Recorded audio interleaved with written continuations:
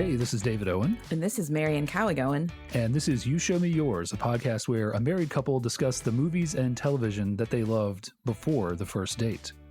And this time I was made to watch Reality Bites. Yes, folks, get your big gulps and your bottles of Evian water because we're going to talk about Reality Bites. And if you're a Gen Xer, you already know it and probably love it. Maybe. We'll see. So this is the 1994 movie with Winona Ryder, Pixie Princess of Gen X, with also Ethan Hawke, Janeane Garofalo, Steve Zahn, and Ben Stiller, who also directed it. And though this is not a name that anybody will know, it was written by Helen Childress, who this is a loose version of her own life story, which I always find interesting. So, And I think if you are not part of Gen X, this is easy to point to and say, this is the Gen X story. But people who are part of Gen X, as we are, we're younger than these characters by a little bit, but yeah, I don't know if we feel the same way. So Dave had not seen this before. Right. I had seen it a couple times. I didn't see it when it came out. So it came out in the early 1994. And I saw it, I want to say, in my 20s. So we've talked before about some movies that you need to see at a certain age or a certain time for them to imprint on you properly. Yep. And I missed that. Like, I think I needed to see it right when it came out. Certainly to believe in the love story that we're sold. And so by the time I saw it, I had different feelings than I think the movie wanted me to. But we will get into some of that. So, Dave, off the bat, give me 10 words on how you feel about this. Oh, 10. Can I do 5? Thumbs up, thumbs down. Who's good? Who's bad? I mean, I enjoyed it overall. It's got a lot of actors in it that I like, in early roles. And I would say that this movie feels, watching it now, 26 years later or whatever, it feels like someone made this movie today, but made it about what they think 1994 was like. It's like when you see all this synth wave and all this like 80s new wave nostalgia has been happening for the last 5 or so years. Yes. And that stuff is like, oh, remember when music sounded like this in the 80s? And you're like, I was actually there. That's it didn't. Like, a handful of songs sounded like this, and you guys have turned it into an entire genre unto itself. But it's, like music didn't sound like that. Music sounded like hair metal. Yeah. And there were some new wave bands. There was some. But even they didn't sound like this. But there was somebody with a keyboard in a studio, and all of the brightly colored neon, this and that, like that existed, but it's not, it wasn't as prevalent as you think. Everyone was not constantly bathed in it. And that's kind of what this movie felt like, that it was just like, I know what 1994 was like. It was just like this for everybody. Yeah, except not really. Well, which then it is even funnier because it is based on somebody's life loosely, and it's not a period piece. It was of the time, but it is. It's what's funny now is looking back on this, I didn't realize how much of 90s fashion was just ripoffs of 70s fashion. Oh yeah. Like Vicky's dresses all came from a thrift store, but they look very like I had new stuff or craved new stuff more likely from the Delia's catalog that was like that. And Troy's shirts, probably from a thrift store, also totally. I had some that were like that. I'm ashamed to say. They were like polyester, and if someone had lit a match around me, they would have gone up like bowling shirts. Yes, as we called them. And they, I wore them over a slip dress with probably fake Doc Martens. You get a picture of this? I don't believe that this happened. No. I don't believe this happened. And in some cases, I wore them under a slip dress. Okay. It was like a faux jumper. Yeah, 90s clothes were. You missed me in my glory. Yeah. No, I in 94, I dressed not dissimilar to how I dress now. Yeah. Well, I should confess, this wasn't in 1994 that I was doing. This was like 96, 97, because in 1994, I was wearing a plaid skirt and a white blouse every day. Sure. So uniforms for the win. So So let me get this out of the way. I think the realization that every Gen X era female has with this is when you watch it at a young age, you think, and the movie wants you to think, that Michael is a sellout and terrible, and Troy is wonderful, and Troy and Lainey are like the perfect couple, and they're going to be together forever. And you're supposed to be happy that they end up together. And then when you watch it later, you realize, oh my God, Troy is such a dick. Sure. Well, and hey, don't give away the you're giving away the whole deal here. Like, okay, we'll see you next time. Right. Bye. But Michael is sweet and he's stable and he listens and he apologizes and he doesn't say things like, "Yeah, I might hurt you, but that's the only real thing you have." Like, yeah. So and we'll talk about that. Yeah, at the appropriate time. I get the desire to monologue, but about believe me, listen to the Raised in Arizona episode. Like, I understand, but yeah, like we'll get to all that in due time. That's my thesis about the whole thing is right, when you watch this is one of those, if you watch it at the right age, you think one thing, then you watch it again and you're like, oh my God, I was so wrong. Yeah. You just started this 8-page paper with the summary of the paper. I did. So, yes. In this essay, I will attempt to describe blah, blah, blah. Here is everything I'm going to talk about. Yes. The main thing. Yeah. So that's what writing teachers tell you to let's do. Talk about talk about it when we talk about it. Hey, whose movie is this? Okay, or sure, mine. Go ahead. It's mine. You're the host. Do whatever you want. Yes. So our characters are Lainey, Lelania, who we have mentioned, played by Winona Ryder, who is perfect in everything. She's glorious. Her hair did imprint on me, and I still want a glorious little pixie shag like she has, even though I don't have the face. Very 90s. Yeah. And Troy is played by Ethan Hawke. Michael, the other suitor that she has, is played by Ben Stiller. And then their friends are Vicky, played by Janine Garofalo, and Sammy, played by Steve Zahn, who is dressing like your dad the entire time. I don't understand this. Was this like a preppy? Yeah. I don't know. Was this what they dressed like in the 90s? I don't get it. But who's they? They, people. I mean, I think also these guys are stand-ins for social groups and whatnot. Like, they're all representative of, she's the Lainey's the valedictorian, so they're all, they're all like stand-ins for a specific aspect of the people you knew in high school kind of thing. Sure. But they all are meant to be friends to some degree, although sometimes you wonder why. But so when we first meet them, they are celebrating their graduation from college. Lainey and Vicky graduated for sure. I guess we see Sammy in a graduation robe. Yeah. So Troy, we find out through some side dialogue, did not graduate, which is very much in character for that guy. And somebody says something like, you could go back and do a few more credits and get your BFA. Like, of course he's getting a BFA. And I feel like later there's some mention to him, his degree being in philosophy. Like, yes, of course he's majoring in philosophy. Like, he's very much that guy. Well, right, because the main aspect of his character is he is the grungy outcast rebel, but also secret genius. Yes, and that's kind of nobody will ever recognize his genius, and he shouldn't have to do the work to get anyone to recognize his genius. And he's prickly because he's a genius. And I knew this guy, you knew this guy, everybody knew this guy. I hope that this guy grew up, but anyway, so there's from the jump, there's a bit of, you could call it bickering, you could call it sexual tension. I don't know what it is between Lainey and Troy. And there's references to, this is why we never got together, blah, blah, blah, blah, blah. So it seems as if they've all been friends together for a while. So, but Troy is evidently on the best friend tier because that evening, Lainey is at dinner with both sets of parents / step parents, and Troy is there. And I got like, I've never had a friend good enough that I would bring them to dinner with my parents. Maybe that's just or also me and my parents. I don't know.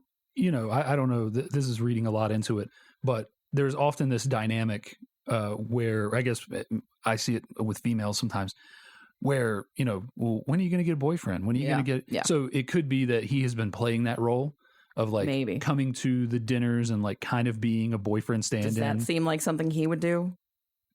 Yeah, because he's secretly in love with her. Oh, well, and also free food. Well, yeah, free food. Yeah. That would be his justification. Yes. No, it's just free food, man. I'm just sponging. I don't even like her. Yeah, right, yeah. Yeah, her stupid dad. Let me think. We're performing a heteronormative dance for the power structure. Right.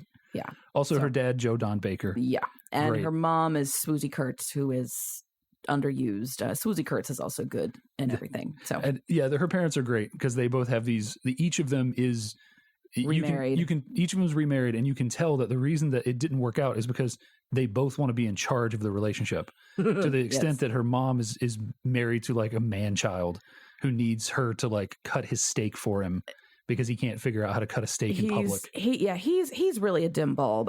I have gone on record other times in supporting relationships where the woman is the strong character and the man is just kind of along for the ride, because I think it's sexist to expect that the man is always the stronger character. But in this case, wow, yeah, he is she is punching way below her weight class. Like this is not, he's not bringing a lot of value to the marriage, but anyway. And they are, at this point, they have been divorced for 8-ish years, I think.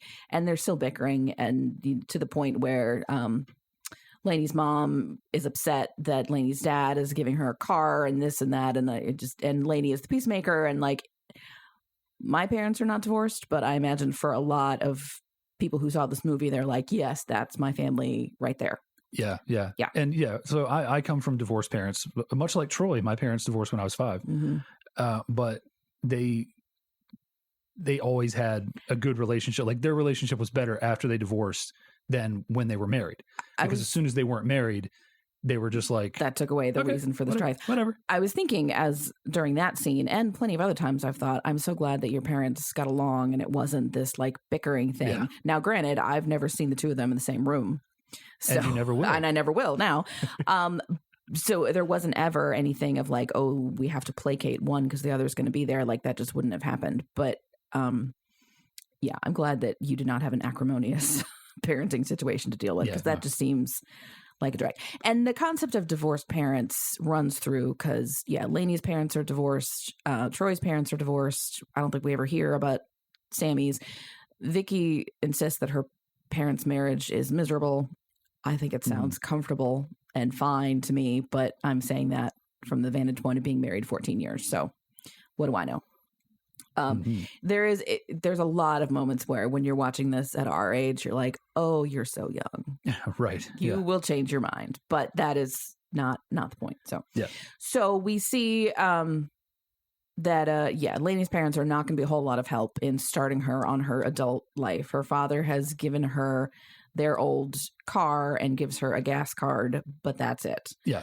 They're just all stand-ins for boomers. Pretty much. They're the ones saying, what's wrong with your generation? You don't have a work ethic. Right. That's her, I think, a direct quote for her dad. Yes. And that was, in 94, that was the absolute perception of these mid-20s now, like oldest not oldest, but the Gen Xers that were around in 94 who were graduating college and all this stuff. It was, I think not unlike millennials, they were coming out into a potentially bad job market. Well, and seen as having being kind of lazy and whatnot. Was it a bad job market in 94? I don't remember. Well, I wasn't paying attention I think we were probably into the recovery by then, but I don't think things really improved until, the back half of the 90s. Yeah.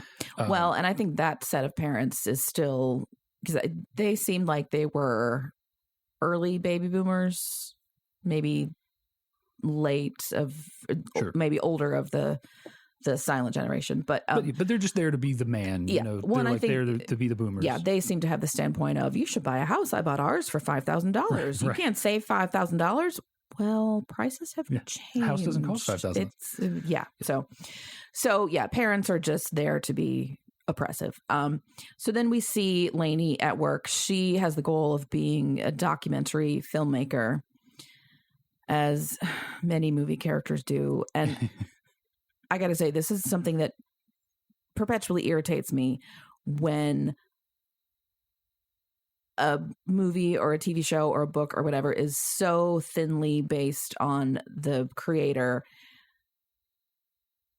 that they always have this creative pursuit. And then you never see anything that tells you how good they are. We're told that they're really good, but you never see it.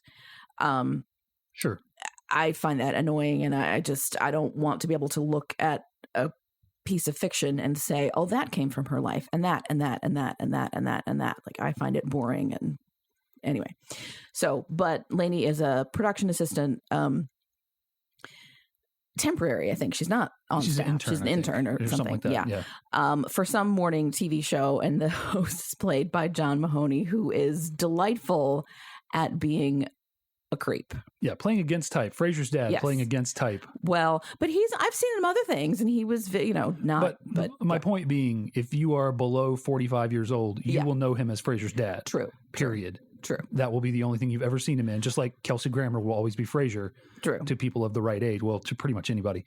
Yeah. But yeah, so he's Frasier's dad, and Frasier's dad is like a peacemaker and, a bit crotchety, but generally good at heart. And this guy is not. No, he's exactly what you think these like outgoing.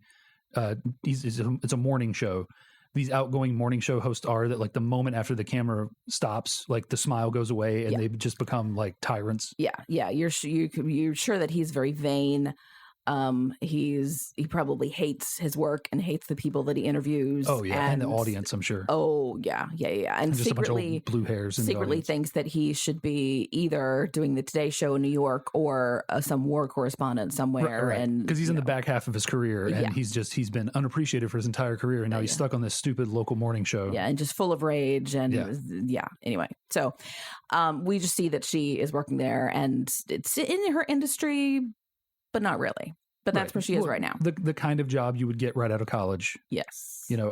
After I went to school for graphic design, which I didn't ultimately end up going into that career, most of the people that graduated with me got jobs literally working at usually yearbook companies scanning stuff all day. Oh. Like they were just scanning in all the pictures that got sent in to go in the collages. Yeah. Like that was their job for 8 hours a day. They just scanned images in and white balanced them and saved them and moved on to the next one. So she's doing the television industry equivalent of that. She is paying her dues. Yeah, she does his research and makes his questions and gets his coffee and that sort of stuff. Yes, which. And I don't know. She said at some point she says she was the valedictorian of her college class, which is not really a thing, but okay. I always wonder in movies when recent college graduates are depicted as it's this big, huge struggle to find a job. I'm like, you knew this was coming. Right. Does your university not have a career services office? Did your program not talk about how to get a job? Why are you acting like this is... No one told you that employment was part of the deal. Now, I say that, and I have a couple of marks in my favor. One, I graduated during an economic high. Two, the industry that I went into was still pretty flush at the time. And three, I went to a fancy pants university that was very big on career preparation. So I had a lot of marks in my favor. So it's easy for me to say, but I find it very annoying when we're told, she's a valedictorian, she's very good at what she does, but she still has trouble finding a job. Like, what? Yeah, well, also, anyway. I don't think we said this, but we're in Austin, Texas. Houston. I thought it was Austin. No, anyway, Houston. Maybe I just misread it. Anyway, we're in Texas.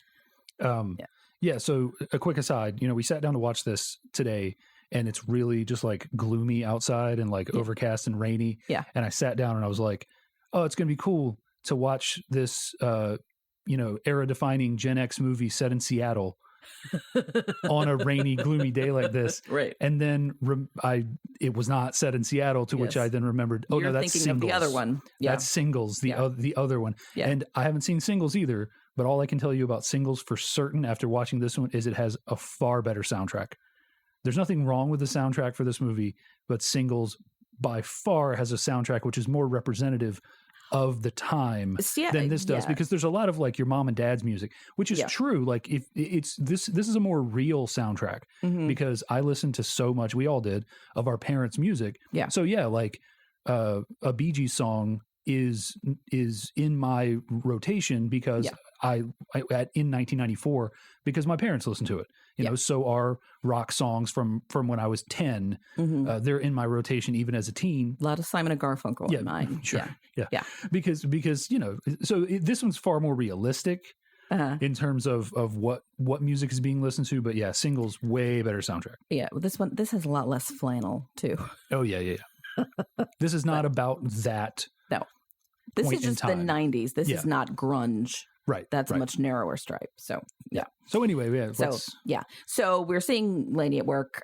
We see that Vicky works at the Gap, which is another very 90s thing. I mean, like the Gap's still around, but it's not the Gap the way it was. Yeah, I mean, it was so much khaki and so much sun-bleached denim. Yeah. Well, it's back when the Gap, when you could say the Gap and a particular style of dress came into your mind. Yes. Like what Sammy's wearing.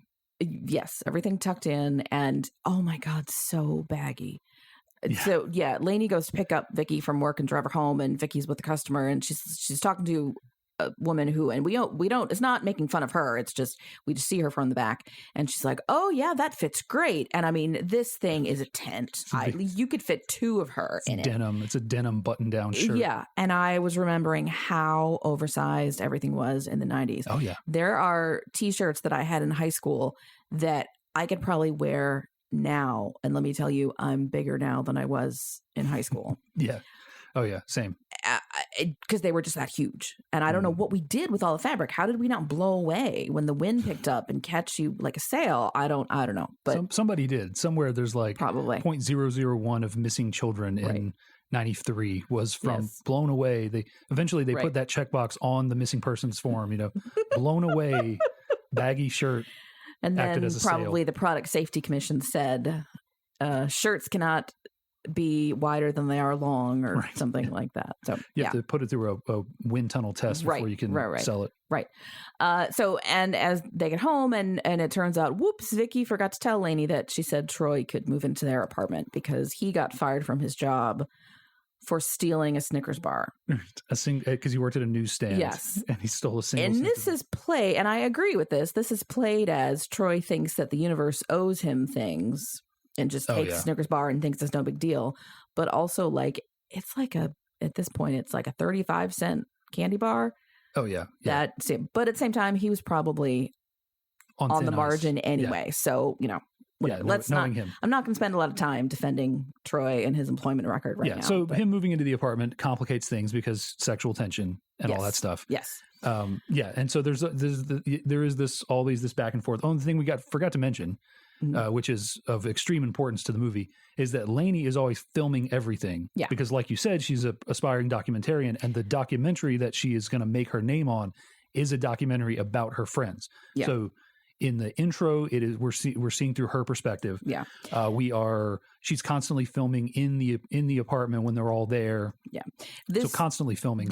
This trope of I'm making a documentary about my friends is, if you've seen Dawson's Creek, same.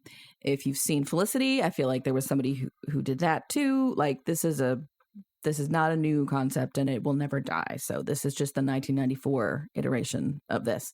Documentaries don't have to have a plot, you know, it's just footage all put together. Well, right. I mean, that's the criticism of especially modern documentaries like your Tiger Kings of the world and stuff. Yeah.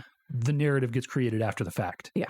You know, like it's the reason that a lot of times you hear people were told like, hey, wear the same color shirt all the time. Yeah. When we're going to film you, like always wear this black shirt. Yeah. Or hey, here's a dozen of these black shirts. Always wear them because they want to be able to, for continuity purposes, put everything together, cut things together into a narrative. Because a lot of times, I'm sure you like every documentary can't be like Hoop Dreams or something where there's like an actual narrative that is compelling and flows through the whole movie. Sometimes you film some ragtag misfits for 2 years and you realize, oh my God, I have nothing. Yeah.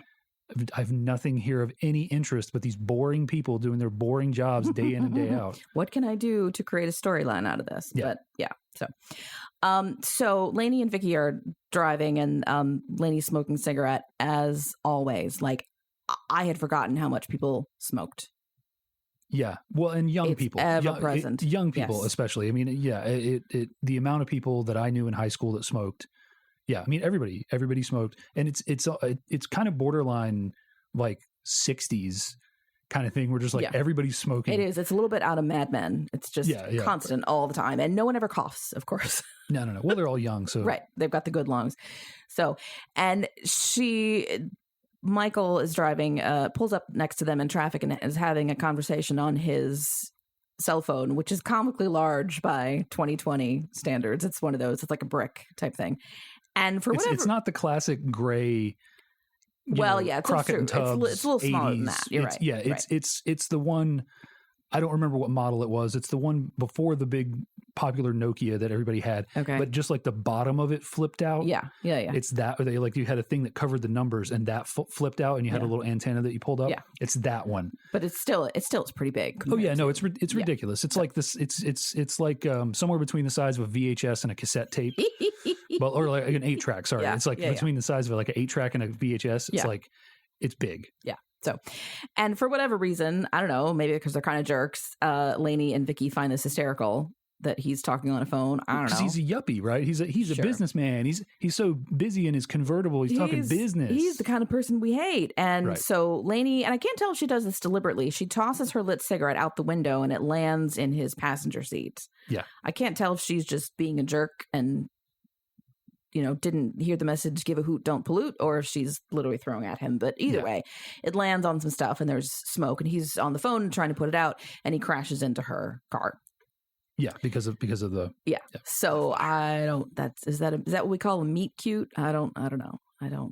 What? A meet cute? Have you never heard of this? A meet cute, it's like a good looking steak? No, like a cute way to meet. Oh, like a romantic comedy. Yes. Oh, whoops! I dropped I hit your car. I had a big stack of pancakes and I dropped them on you. Whoops! Yes. Okay. Yeah. So sure. Anyway, so they are talking about how to handle the insurance, and she drops some facts about her background, and he's basically like, "Okay, well, you're poor. I can't exactly expect you to pay for this." She says, "I only make $400 a week." Yes, man. It was a long time before I made $400 a week. So that's like $20,000 a year. Yeah, like that was before taxes.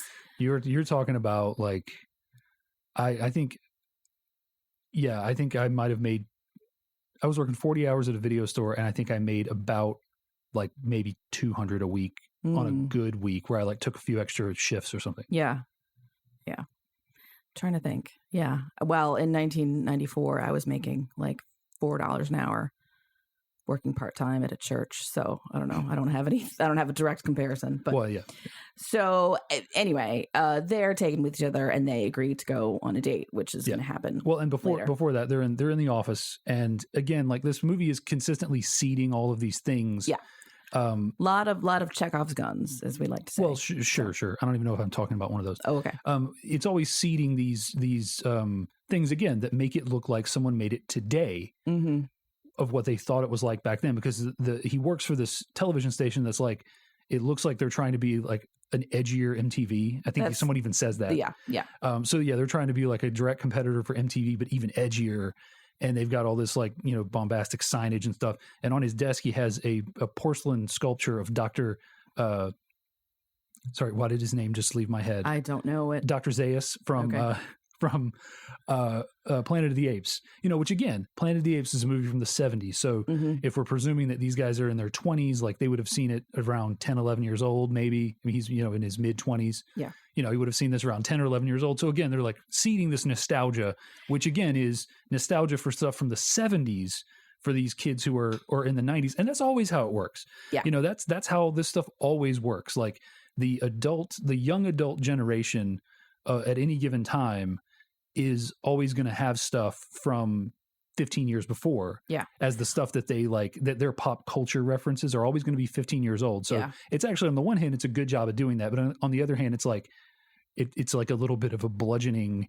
Get this guy. Yeah. Well, the whole idea of, whatever is popular today is always borrowing a little bit from things that were 15, 20 years ago. I think you see that a lot. Like the Happy Days was in the 70s about the 50s, and then in the 90s, that 70s show is about the 70s, and I'm waiting now for for there to that be 90s show. Yes. Something or like oh my gosh, it's a show all about Y2K. And I'm going to die. Oh, they'll definitely be. Yeah. But yeah, I mean, I guess I'm bringing that up to say that like that's actually authentic. Yeah. And I like that that's authentic because so often these time capsule pieces that are made retrospectively, mm-hmm. they treat this as if it was wholly original. Like, oh man, remember back in the 80s when everybody had new ideas and the music was all new ideas and all the fashion was new ideas, but because it's being made contemporaneously,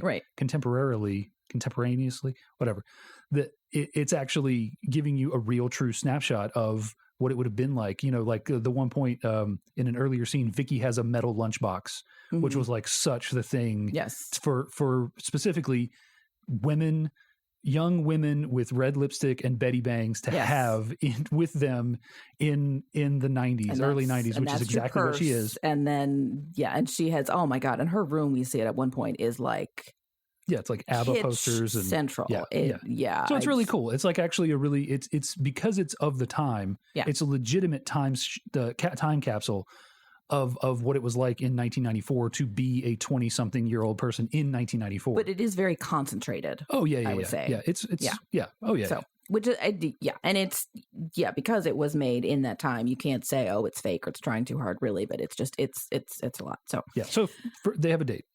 Yeah, so they have a date and it goes really well. I think they end up having sex in his car, and I don't know if she maybe was agreeing to the date on some level to like get out of the problem with the car accident. Yeah, because eventually he's just like, forget about it.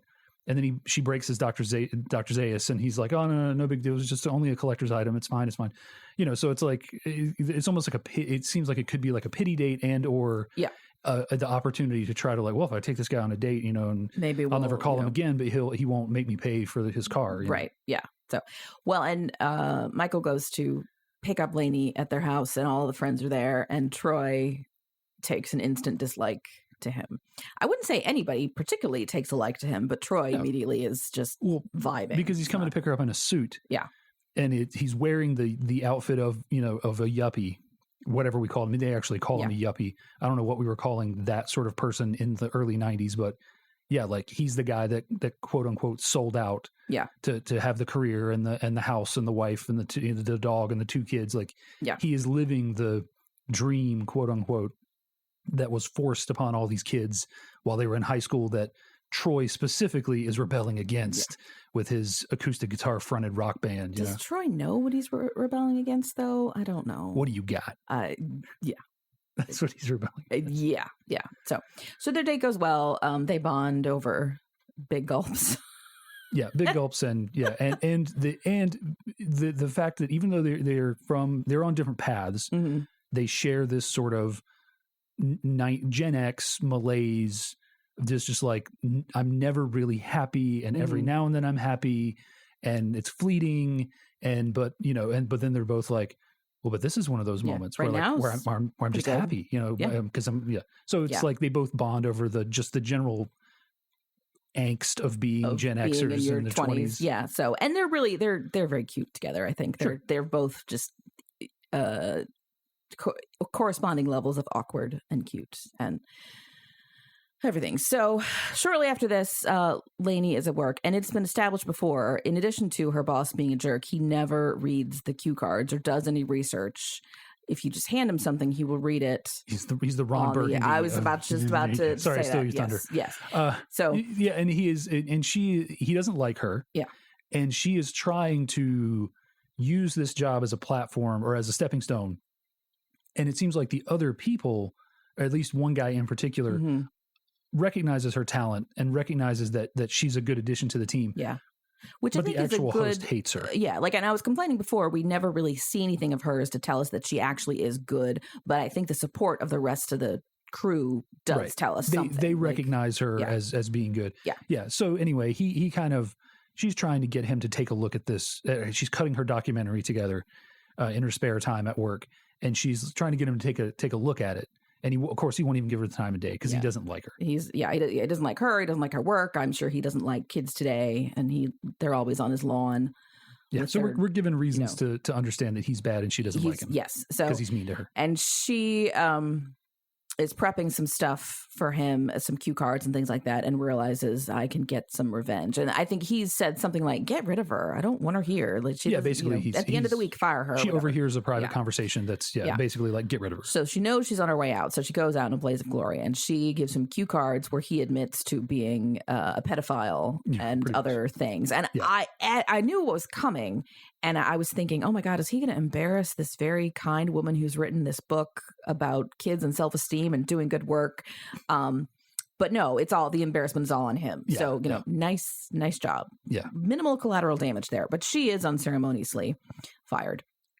And comes home and tells her roommates, and Vicky has just gotten a promotion at the Gap. And so they were thinking, oh, our money woes are gone because we're making more money. Well, whoops, not so much. Now Lainey's not going to be employed.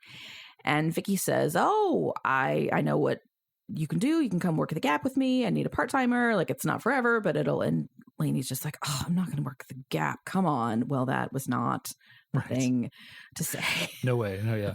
Yeah. And you get and this is more explicitly explored later, but the shoe is on the other foot now. Mm-hmm. The valedictorian and the perennial all-star of the friendship is now the one who's on the low end, and the screw up is now the one who is the stable, job holder and managing the Gap. Yeah. So it's this reversal of fortune between them, and people say things that are and when Vicky got the promotion, Lainey was very supportive and celebratory and all these things. So it's not like it's just she failed in this particular instance and failed pretty hard. So Troy takes Lainey out for a walk for them to just get fresh air, blah blah blah, and they're having a nice conversation, and he kisses her and don't do that, I can't do that. Why? Is it because of Michael? No. Well, yes.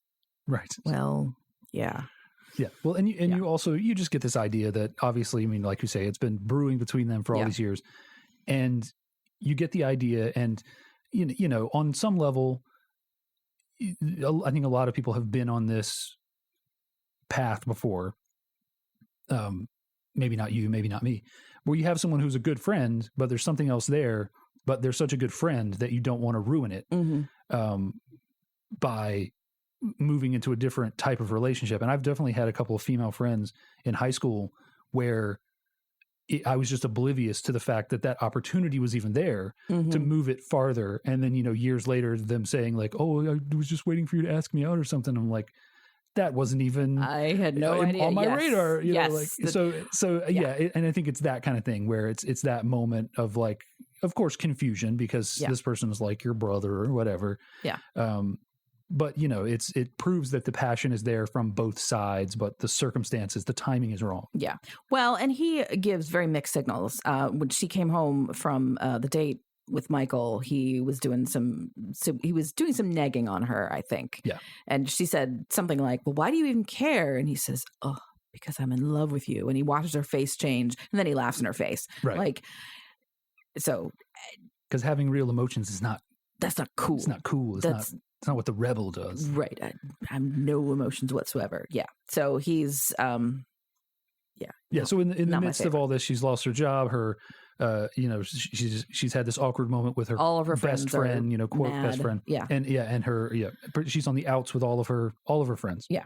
And Sammy, I think he's more Vicky's sidekick than anything, because he doesn't seem to be somebody that you can turn to like, well, number 1 and number 2 are mad at me, let me go to number 3. Like, he's just not there.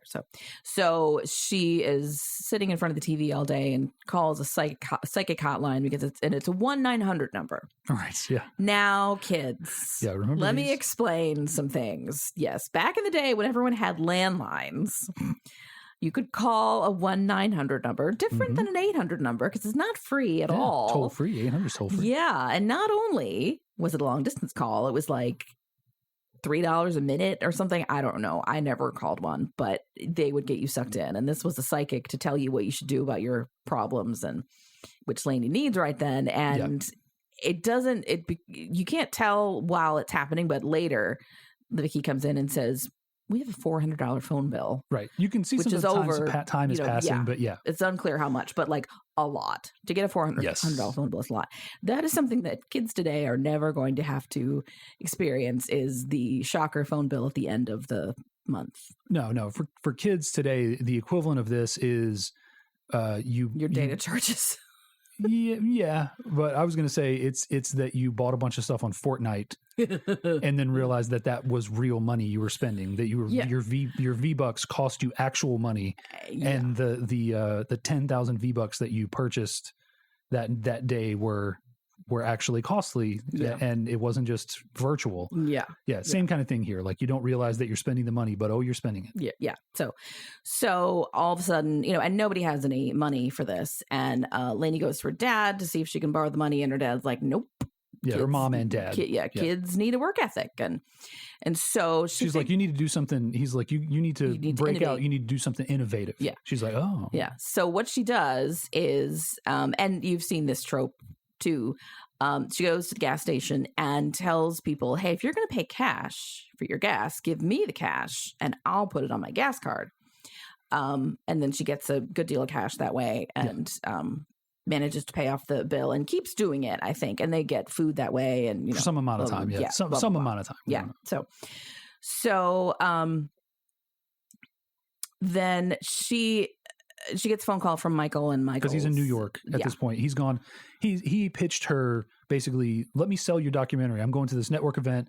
Let me pitch it. And she's like, no, it's not ready, and it's not, all this stuff.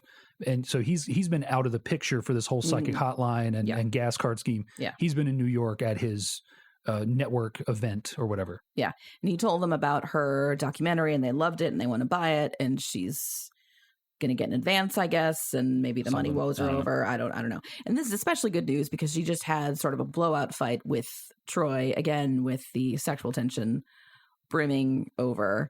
He came home with a date to pick something up and leave, and because he hadn't really been there after the kiss. He had been like MIA for like 4 or 5 days. Yeah. Because talking about your feelings like a grown up, that's right. That's for elitists. We don't do that. So. Cheese. Yeah. Cheese? What? Jeez. Oh, yeah. Oh man. Yeah. So good news. Yeah, documentary's happening. Fast forward a little bit, they go to the premiere of the documentary, and this goes into more of my, I hate it when creative pursuits are shown on film, because it's like a 5-minute thing. Now, maybe because she walks out after a while, and maybe there's more that we don't see, but it is not, I don't know what this was intended to be, but it's clear. Well, they've chopped it up. Yeah, they've turned it into the real world. Like, exactly the real world. They've MTV'd her work, and there's no one shot is more than like 5 seconds. Right. It's a bunch of quick cuts, and it's cutting these things together that were, from days and weeks apart into this. Again, they're cutting it into this narrative. Like they were given all of this footage. She had already cut it, I guess. But they're given all this footage, and they create the narrative out of it, including, so it's called Reality Bites. Haha. Late title card. I thought that was. Doesn't count. I did how many times have I seen this, and that didn't click for me until this time. The movie is named after this terrible fake version, so I don't know. Yeah, make what you will of that, but so it's a lot of quick cuts, and it's sponsored by Pizza Hut. Yeah, and Michael is, as he should be, apologizing all over himself. Although why, as an executive of the network, he did not oversee this process, I don't know, but that's. Right. Bygones. Or, or did he? I don't know. Yeah. Maybe he so he's apologizing all over himself, and she doesn't want to hear it. And she goes home and is sulking at home. And Troy comes home, and she's very, I'm a mess. I'm nothing. I'm this. I'm that. And he says, no, you're not. Your friends love you. I love you. And cue romantic kiss. And and then they're and then they're in bed, and it's very sweet and tender and whatever. And then the next morning, damn it, women love a bad boy. Don't get on board with this. Sure, Michael and his stable job, and his well-meaning stability is so lame. I bet he has a 401k. Jeez, that's a bummer. Yeah. And the next morning, Troy sneaks out, and he just basically is weird about it, and then that night, they're all at a performance of Troy's band. His band, by the way, is called Hey, That's My Bike. It's great. Sure. That's a great name for... I feel like this is a sister band to... What movie or TV show is it where someone's band is called Just the Tip? Is that Parks and Rec? Oh, Lord, I forget. No, that's Mouse Rat. Somewhere the band is called Just the Tip. Sure, and I feel like this is similar. They were just drunk and high when they came up with the name, and they're like, that's awesome. That's great. Let's go with it. Oh, yeah, yeah. Well, it's funny to them. It's probably an inside joke to them, which is always the best name for your band or movie or television show. Yes. No one ever went wrong by making inside jokes writ large. So Michael shows up with 2 tickets to New York, and he says, I'm sorry, you and I, let's go to New York and let's make this right. And Lainey is feeling all sorts of guilty because she immediately went home and slept with Troy. Yeah. And then Troy shows up and makes it more awkward because that's the respectful thing to do. And Lainey walks out and is disgusted with everybody. And Michael and Troy not come to blows. I wish they would, but they have the most intense confrontation they ever will. Yeah. Which is basically Michael's saying, you act like you don't care, but you're out here looking for her just like I am. What are you out here for? And then, R.I.P. Michael. Right. Yeah. Yeah. Well, and, in the intervening fight that she has with Troy, Lainey in the club before the storming out part, you get the expected, trope of Troy admitting that, you got so close. You're the first woman I've ever had sex with that I actually cared about. Yeah. You shook me because you got inside the bubble or whatever. Yeah. He refers to it as they made love, which I just, I can't handle that. That's not necessary. Yeah. I don't need that. Like the monkeys at the zoo. They make a love. Ew. Gross. They don't do it. Sorry, that's a state reference. Okay. Again, we're in 94. Sure. So I'm quoting the state here. I have limited state references. The pudding is my dip the balls in it. We will put a link to that in the show notes. Do we have show notes? You're giving me stuff to do? Yeah. Maybe. I don't know. Anyway, so Troy disappears again, and Lainey has a week to think about him and smoke cigarettes and look pensive. And we see Troy getting on a plane. Yeah, we don't know why, but we see him with a ticket on Continental. Yeah, to get. Also, Michael's tickets were on Continental. Yes, so and there's a quick cut from he just throws the tickets that he paid for already, right, and the boarding passes and stuff, just throws into a puddle, and then a quick cut to the Continental boarding counter, and I'm just like, wow, Continental got a really intense 20 seconds there, and then never again. But Troy is getting on a plane. We don't know where. And Lainey has time to just be pensive and think about him and, realize that she loves him. And she finally finds out that he went to Chicago, and we don't know why. Yeah, well, she doesn't know. She finds out from Sammy. Yeah. Oh, wait, we've got to talk about Sammy. Oh, we've been talking about Sammy. That's true. Sammy gets short shrift. Yeah, so there's actually 2 things. Let's circle back around to the 2 secondary characters. We will get to the emotional climax in a minute. So before we get to the end, because it'll be worse to talk about this then. Sure. So she learns about it from Sammy. Speaking of Sammy. Yes. Happy ending for Sammy. Yeah. So Sammy, there's a to the camera VHS moment where Lainey's filming Sammy, and he's basically saying he just came out to his mom. That he's gay, and he just came out to his mom. And keep in mind, this is the 90s. We're talking 94, so this was not. Things were different then. Yeah. So, so we're getting this, again, getting the idea of kind of like he's not been in relationships, and everything's starting to add up. Yeah. Prior to that, a little bit for me, it was adding up a little bit for me partially because of the tucked in golf shirts. So he comes out to his mom, like that's his sort of character arc completing. Yeah. And when she goes to talk to him, he is in this diner that they all go to all the time with a man, the guy Lance, I believe. Lance is his new beau or whatever. So. And he has some good lines in there. And Steve Zahn plays Sammy, like we said. And he's always been one of my favorite actors. I think he's really underrated. He really is. I was thinking you don't see him in. I mean, and this is a funny movie, but you don't see him in serious roles very often. He's just kind of the goofball. Yeah, and he's good in serious and he is, and I enjoy him in this, and I want like a spin-off Sammy movie. Sammy movie. You know, so but that's his like character arc moment, his character moment. And there is he says in this, sort of confessional to the camera, he says the reason I have been celibate is not that I'm afraid of, and he says the big A. Right. But it's that I am not comfortable with I can't be honest about myself, and I can't have a relationship until I can do that. So like him coming out, or whatever, him coming out to his mom was like the last thing he could do before he could being his true self. Well, and so that, and then Vicky at one point. Well, speaking of the big A, yes, Vicky gets. You got to get better at these. Like that was right there. You're interrupting me. You got to get better at these transitions. I'm interrupting you because it's on the plate. It's right there, and you reached past it to take like a hard canned biscuit instead of this delicious scone that's in front of you. I will never turn down a good scone. But you just did.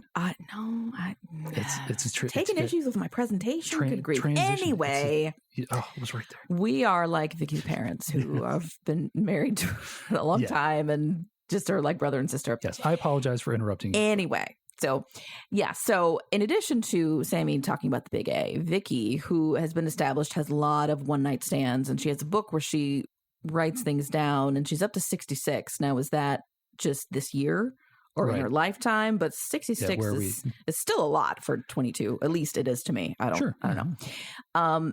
And she says a friend of hers tested positive recently. A friend. And she wanted to go get tested for AIDS. And I guess at the time it took like a long time for results to come in because there's quite a bit of movie that elapses between her going to get the test and getting the results. Yeah. And so the waiting on that is sort of like the underlying motivation for some of her character choices in the meantime. Yeah. And she has a scene with Lainey in the diner prior to getting the results back where, that's kind of like you get that she hasn't been her best self because she's so torn up about wondering about all this stuff. Yeah. So there's some good character work, it's in these two side characters who are really just both kind of there to fill in these gaps and just sort of be set dressing sometimes. Kind of want more of both of them. Yeah. Because, and I was reading about this before, there was originally more about both of them in the script, but they decided to cut that to make more room for the Lainey and Troy arc. So you can guess how I feel about that. But I think it is interesting going on 25 years, no, more than 25, going on 30 years later to see AIDS as such a big, scary thing when now, I don't know. I don't know how teens and 20-somethings feel about AIDS, but it feels like it's not a death sentence anymore. Well, no. I mean, we were just watching television the other day and there was an ad for an AIDS medication and it was like, we can get your count so low, you can have unprotected sex. Yeah. That you won't be able to transmit it to someone. I'm just wait, no, we don't. Yeah. So we went from, we went from like the mid-late 80s where you had to tell people it's okay to touch the same doorknob that someone with AIDS touched. It's okay to be in the same room. Yeah. Or drink from the same glass or whatever that someone with AIDS.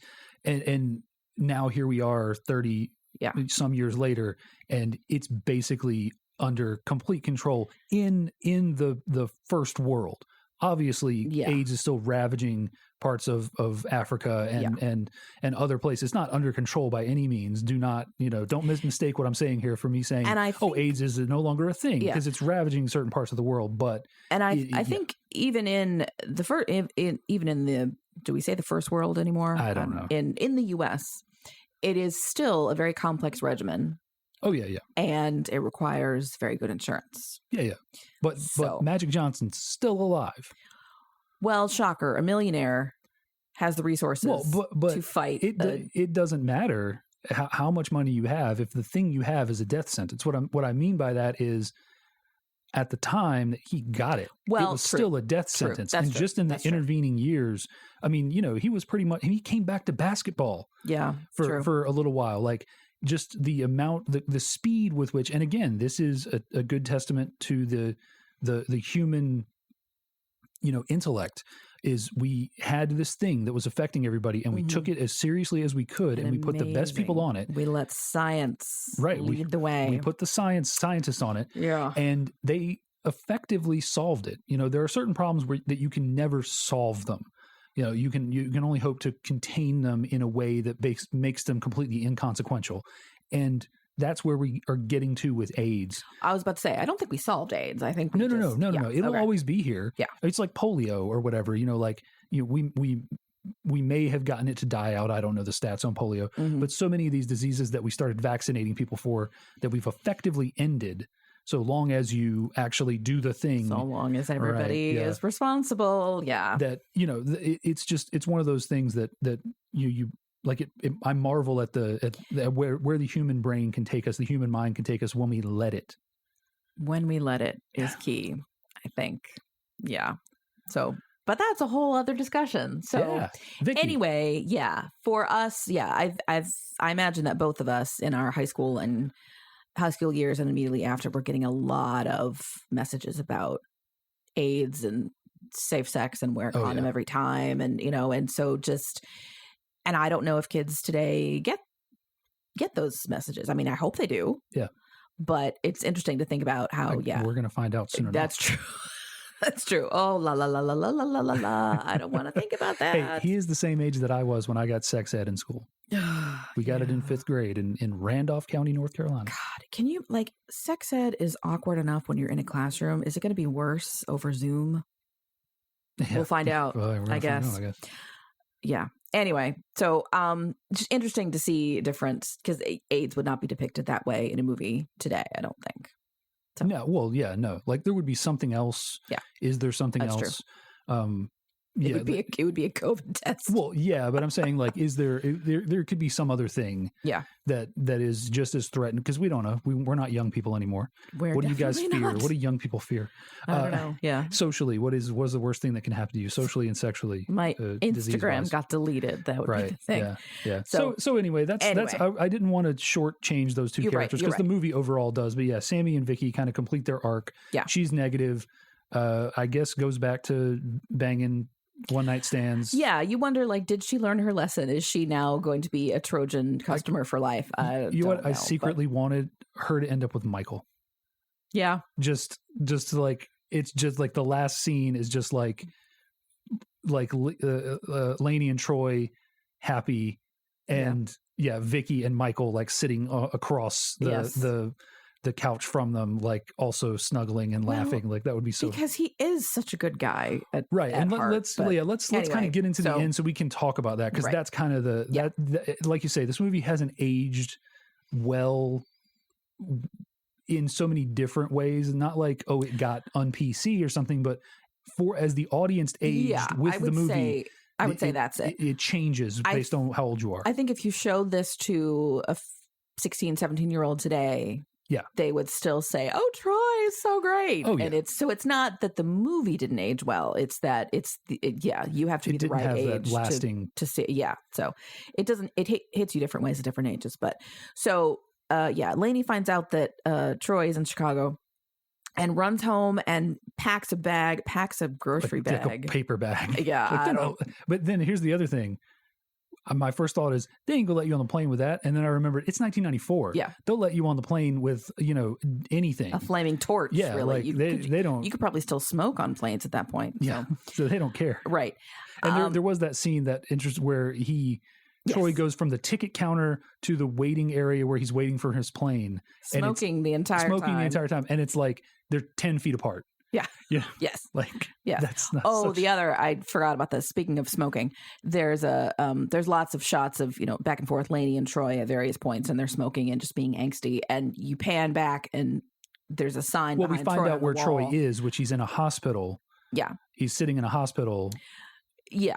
But there's a sign behind him that says no smoking. So it's okay, this was not a case of in the 90s you could smoke everywhere. This is just, he's a douche. Troy's a D-bag. Yeah. So, but he's in a hospital because we found out earlier in sort of an aside that his dad has prostate cancer and they have not had a great relationship. But right. Now, how did that hit for you, by the way? Not at all. Not at all. Okay. Okay. No, my whole thing is different. Yes. Okay. I had a similar experience with my dad, but totally different different from my perspective. Because in this one, Troy has effectively, it feels like Troy is in many ways as bad as his dad is because he abandoned his dad. I had a bad relationship with my dad, but when he needed me, I had been raised by other people to be there for him, no matter how much he had wronged me. Yeah. In the time leading up. So, when he was at when he needed me the most, I was there for him, even though when I needed him the most, he wasn't there for me. Well, and I think you have the emotional maturity that Troy thinks he has. Sure. Yeah. Where you got what you needed from other people in the way of parenting. And right.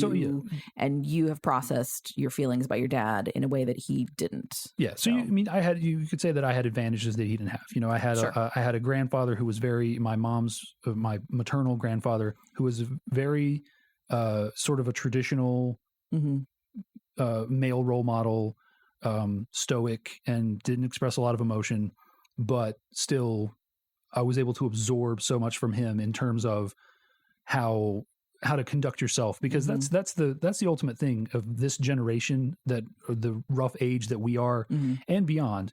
You have a lot of men who are raised by women and they had no good male role models. And in a lot of ways, I had that, but I at least had one good male role model that I could kind of ground myself to in the way that a lot of people don't.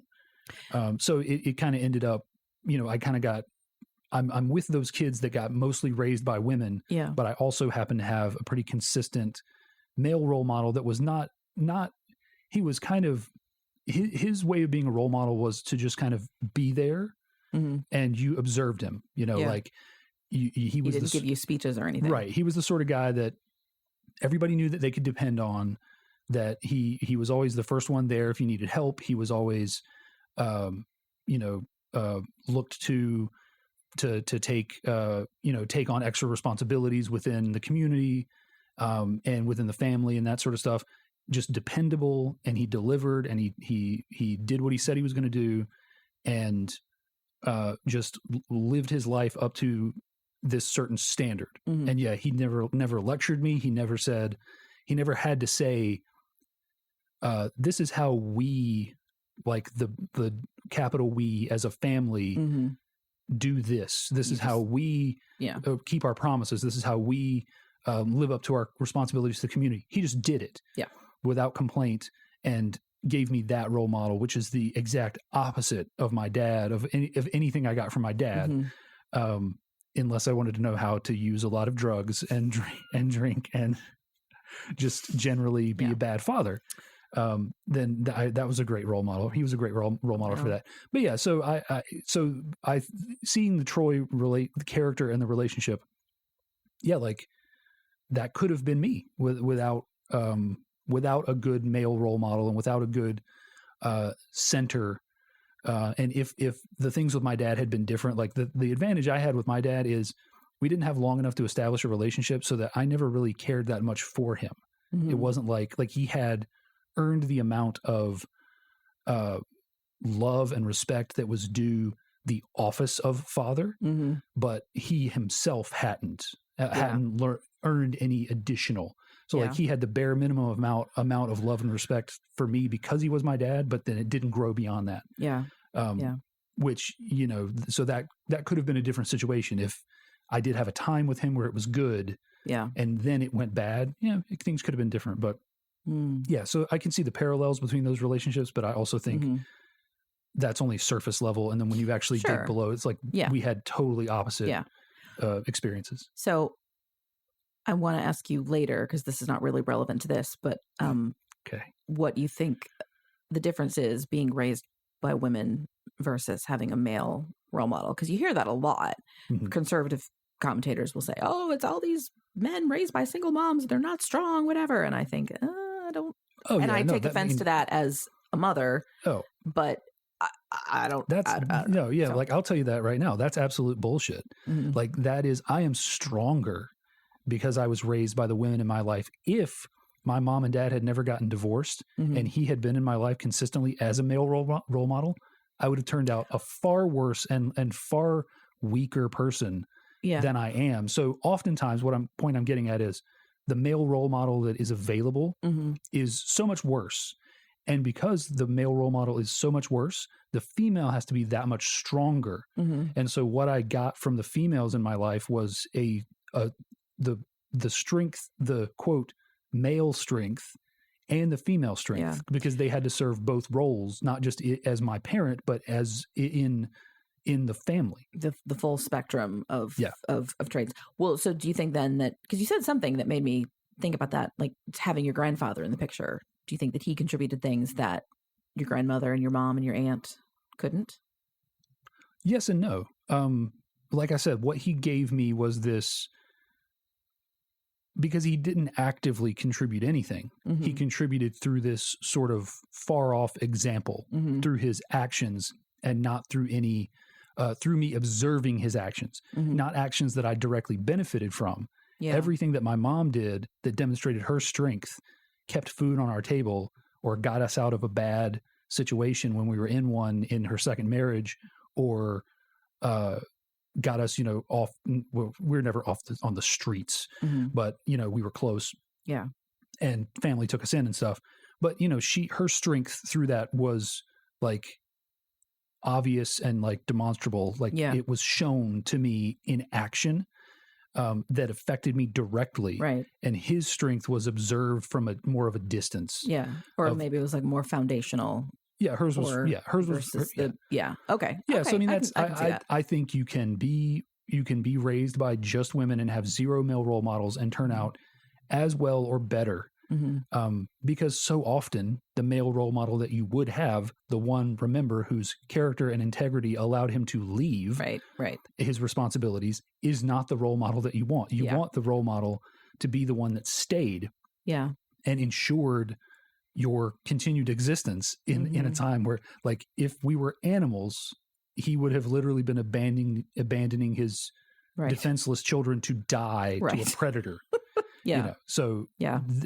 I mean, there's a whole hour of talk about this. I'm sure this is a whole other, like we need to watch Fight Club or something so we can talk about it then. But and it's sort of interesting in the context of looking back at this seminal Gen X movie. I think a lot about gender roles and expectations of gender roles and what our parents modeled or expected, and then now what we model and expect, what we model as parents to our son and what he's going to expect, and how my expectations about gender roles have changed being married to you and being a parent. And I think when I was, the age that's depicted in the movie, I was very strident, like 50% equality all the time, and there's no differences, gender's a construct, blah, blah, blah. And now that I've grown up a little bit and have raised a son for 10 years so far, it's more nuanced than that. But I don't know. Anyway, like I said, that's a whole other discussion. So well, and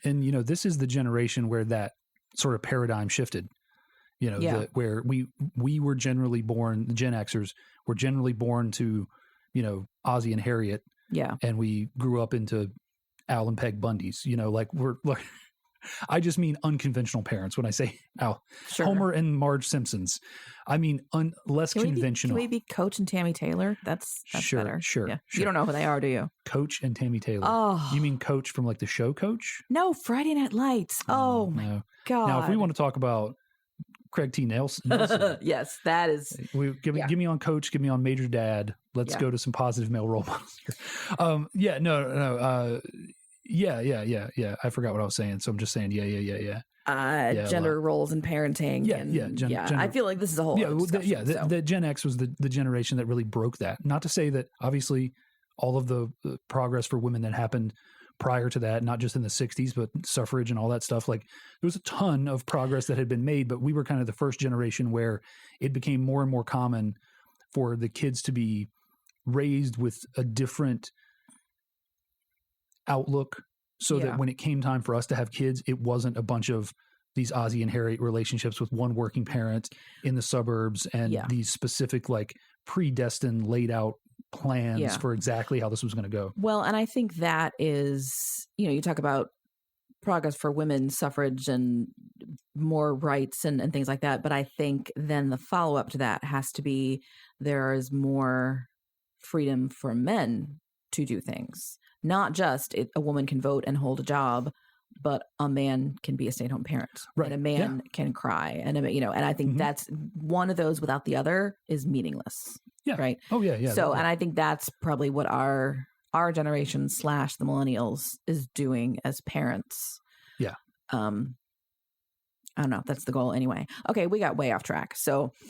Way off track. Anyway. But that's the fun part. That's what we're here for. Sure, Again, yes. If anybody ever listens to this, I will be so surprised. This is what it's like to be in our house. Right. Yeah. The value of having this conversation far exceeds any amount I care about someone actually ever listening to this and getting bored while listening to it.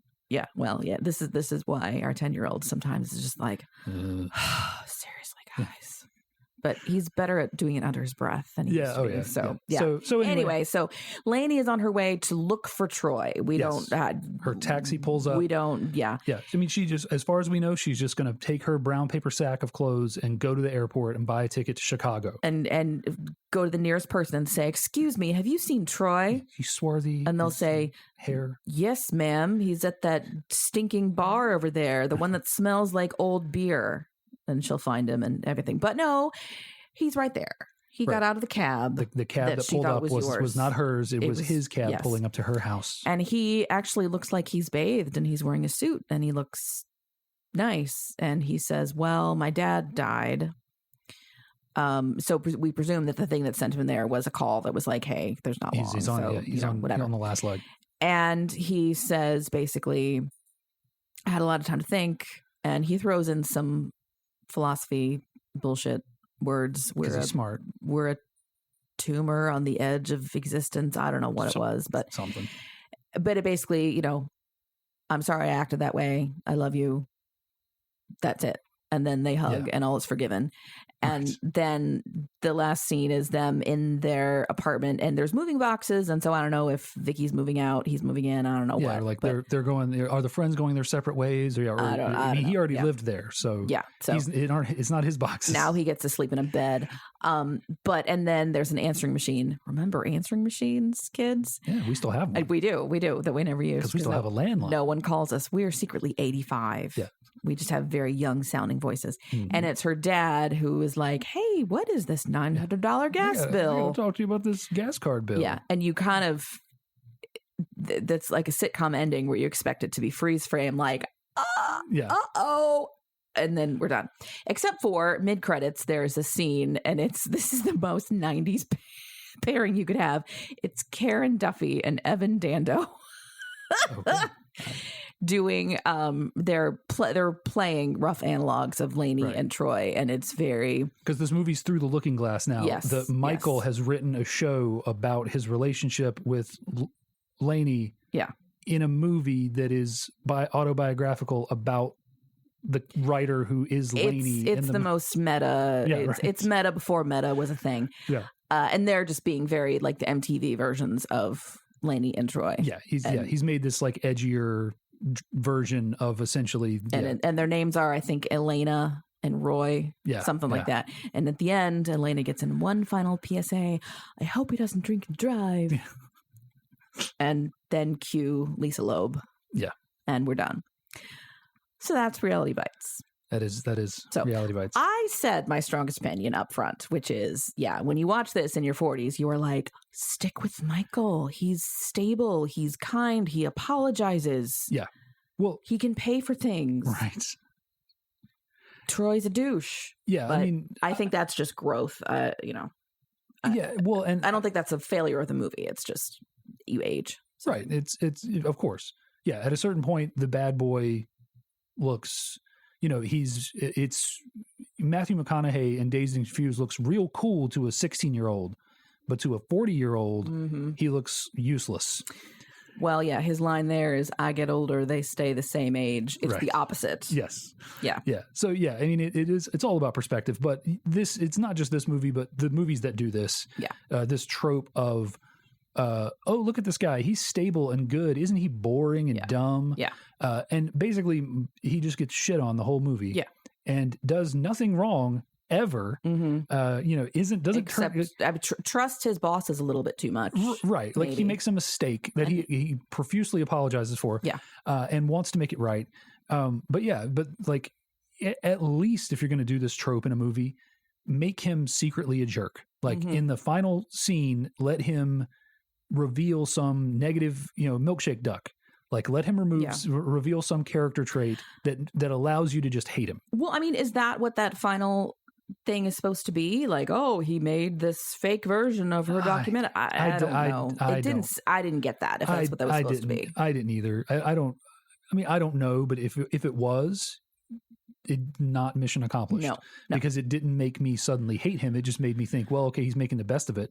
Yeah, like he's filling in. He's using this potentially therapeutically. Yeah, I think the worst that you can say about him is, he trusted his bosses a little bit too much, and or he works for a company that commodifies everything. Right, and he a lot of people can say that. If he didn't realize that, then he was dumb for not realizing it. But that doesn't make him a bad person or deserving of the treatment that he got in this movie. And again, would I think that when I was younger? Yeah, almost certainly, because I was the Michael.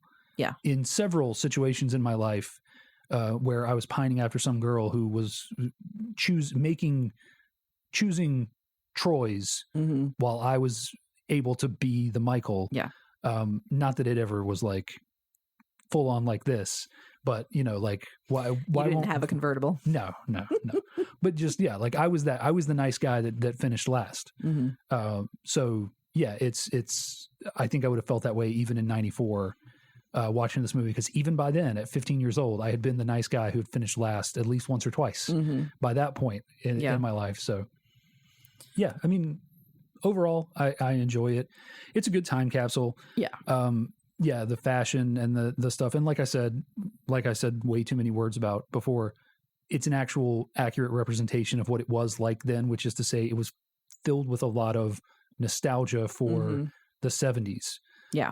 Which is really what the early 90s kind of was. It was early 80s, 70s nostalgia, because that's what you grew up with. You know, metal lunchboxes and throughout the decade too, because when bootcut jeans and flares came back, like 96, 97, my parents were like, that's what we wore in the 70s, which now I'm like, that's the point. Now, the funny thing is, the whatever actual original thing that the decade had ends up being the thing that comes back. Yes, like bell bottoms don't come back in 2020, right? But the brightly colored stuff and the scrunchies and the stuff that is true, the stuff that was actually truly 90s, all comes back around. But everything is always a little bit different. Like, I don't have my 90s scrunchies anymore, but if I pulled them out, they wouldn't be right. But that's capitalism. So yeah. And it's always an interesting thing to observe. And I'm sure that there's absolutely people who make their theses and whatnot on nostalgia and how this stuff works. But... and I'm sure there are people with MBAs who have monetized this to the max. I mean, there's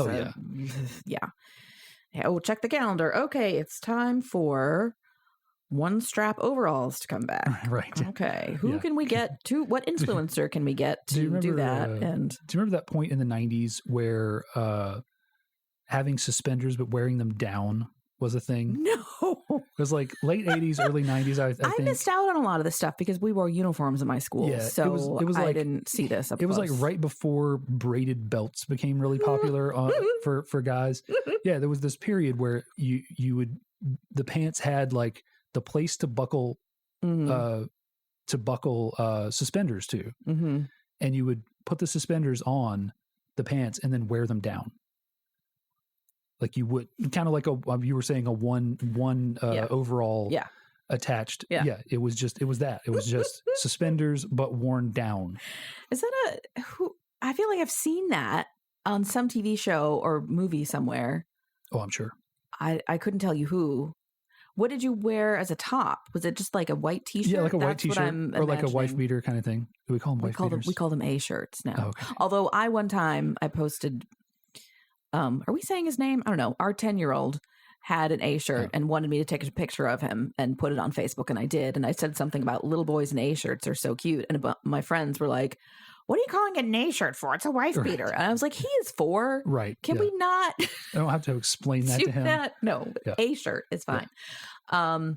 But yeah, nostalgia. I did notice somebody in this wearing a rugby shirt. Oh, Long kind, the super thick fabric with the stripes and everything. And I just felt hot looking at it because they were so thick. Yeah. And my brother had one that I used to steal. I never had one of my own, but I would borrow his. I think I had my senior pictures taken in it. Oh, Lord. I think. But yeah, that was a very 90s thing. Those, you talk about nostalgia. Mm-hmm. They say if you wore it the first time, you shouldn't wear it the second time. And there are some things that I think, no, this is great. I'm just going to wear it again. Like Doc Martens, I would absolutely wear again. Yeah. Well, for the right group of people, Doc Martens never went out of style. Yes. Like the mainstream in the 90s stole them from punk. Yeah. And punks have been wearing them since the 70s. That's sure. But a rugby shirt, no. Right. Overalls, no. Yeah, no.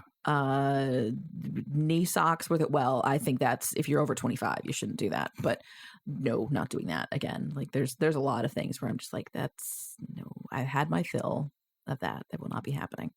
Yeah. So anyway, that has been Reality Bites and our take on nostalgia and gender roles and our family histories and everything. So many things. So. Yeah, I think. I'm just trying to think. Do I have anything else profound to say about Reality Bites? No. Do you have particular nostalgia for Singles? Can we justify watching that? I think we should. I know I've seen it, but it's been a while. We'll save that to the end. Right now, I really like the idea of kind of sticking to the rules until we just decide not to at all. Sure. Right now, I like the dynamic of one person has seen it and the other person hasn't, and it has some specific significance to the other person. That'll be a season 2 type. Sure, thing. Yeah. It's when we take all the handcuffs off, throw them out the window, throw the rules.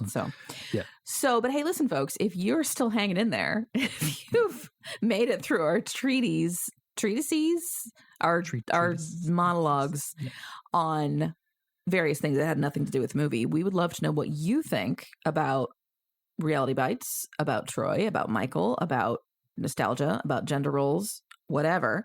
So you can drop us a line. We are at both Gmail and Twitter. And for either of them, it's ysmypodcast at gmail.com or at twitter.com.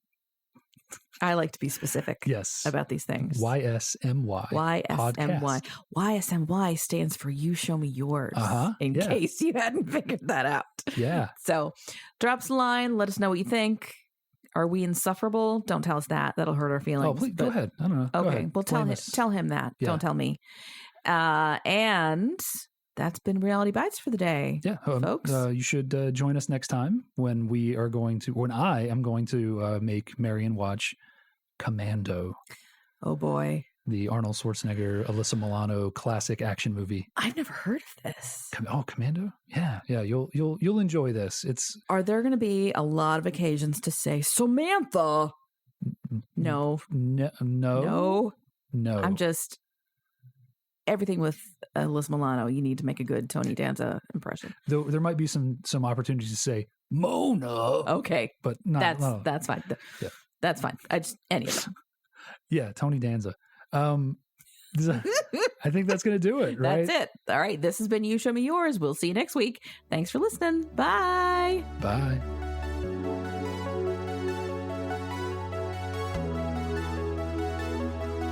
The You Show Me Yours theme song is Uplifting Electronic Indie by Winnie the Moog from filmmusic.io.